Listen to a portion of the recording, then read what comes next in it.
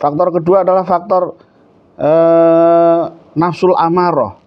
Jadi kalau setannya dibelenggu, nafsul amarahnya diumbar, ya bisa terjadi maksiat.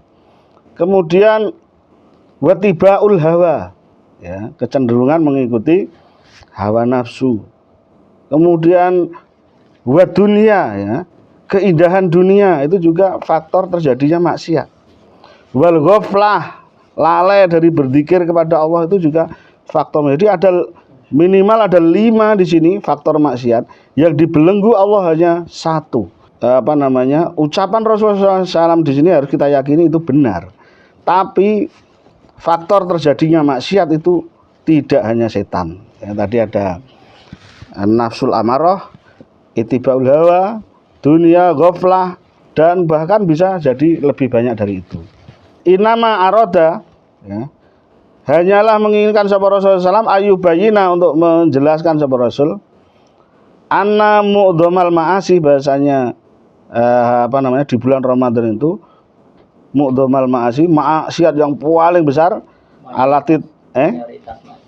mayoritas maksiat alati taqa'u fi ghairi Ramadan, yang biasanya terjadi di luar bulan Ramadan, la taqa'u fi Ramadan, ya, itu tidak terjadi di Ramadan, yang mengurangi saja. Karena apa? Faktornya yang 5 dibelenggu yang 1. Jadi ya kalau matematikanya ya di bulan Ramadan itu 4/5 lah dari jumlah biasanya. Kalau biasanya terjadi 10, ya terjadi 8. Ya, dalam hal ini tidak boleh kita menyalahkan berita Rasulullah SAW, ya, yang mengatakan bahwa neraka ditutup, kemudian setan dibelenggu, ya, kok masih terjadi maksiat. Ya itu tadi, karena faktor-faktor maksiat itu minimal ada 5, sementara yang dibelenggu baru 1. Nah, jadi masalah dibelenggu ini ada 3 versi dengan kosakatanya tadi, ya, sufidat, hulat, sama sulsilat. Namun yang menarik adalah meskipun terjadi perbedaan kosakata dalam membelenggu tadi, semua sepakat bahwa asyayatin menggunakan bentuk jamak. Asyayatin, apa perbedaannya dengan misalnya digunakan dengan bentuk mufrad atau tunggal? Jadi kalau asyaitonu tunggal atau mufrad itu pasti setan, yaitu iblis atau jin. Ya. Tapi kalau asyayatin itu ya bisa mencakup tadi yang disampaikan para asatidz tadi, bisa syayatinul insi atau syayatinul jinni. Jadi setan dari bangsa jin atau setan dari bangsa manusia. Nah, secara analisis kebahasan juga perlu kita perhatikan, ya, bahwa alif lam dan asyayatin itu sebenarnya masuk kategori istighraq yang mencakup seluruh jenis setan, atau lil jinsi, mengarah kepada jenis setan tertentu. Dan ini yang kemudian diperkuat dari riwayat lain. Akan saya bacakan dari, ini sebenarnya sudah disyarah oleh Qadhi Iyad, ya, seorang ahli hadis yang wafat sekitar tahun 500 ini, berarti sekitar taruhlah 900 tahun yang lalu itu Qadhi Iyad sudah menjelaskan hadis ini dengan berbagai perbedaan redaksinya, wasufidati syayatin atau waghulati syayatin atau wasulsilati syayatin, ya. Saya nukil dari Sahih Muslim, ini jilid 7, jilid 7 halaman 187, syarah Sahih Muslim. Ya, Imam Nawawi.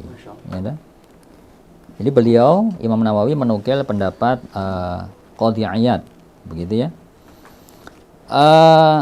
Wa amma qauluhu sallallahu alaihi wasallam, futihat abwabul jannah wa ghulqat abwabun nar wa sufiyati syayatin. Maksud pintu-pintu surga dibuka, pintu-pintu neraka ditutup, dan setan-setan itu dibelenggu.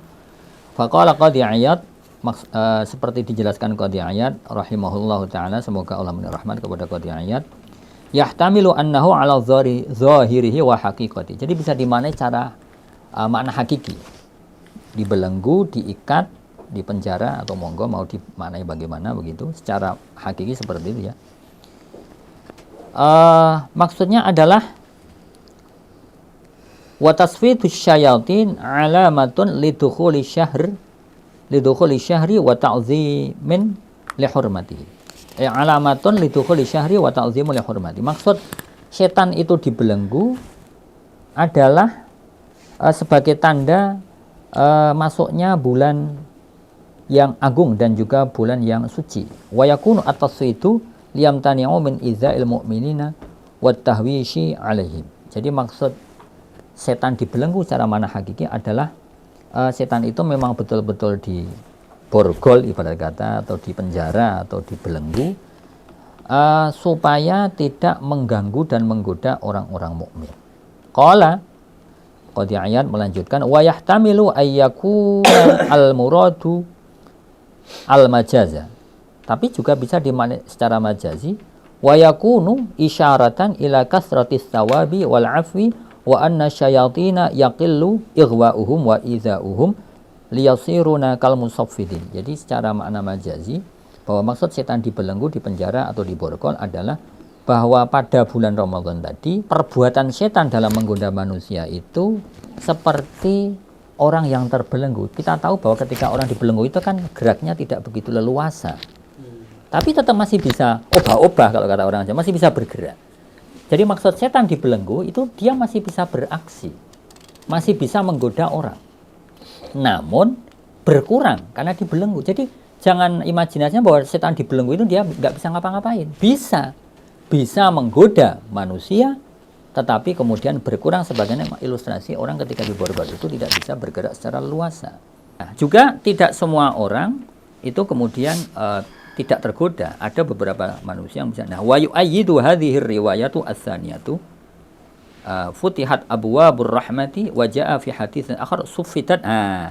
Yang dibelenggu adalah maradatus syayatin.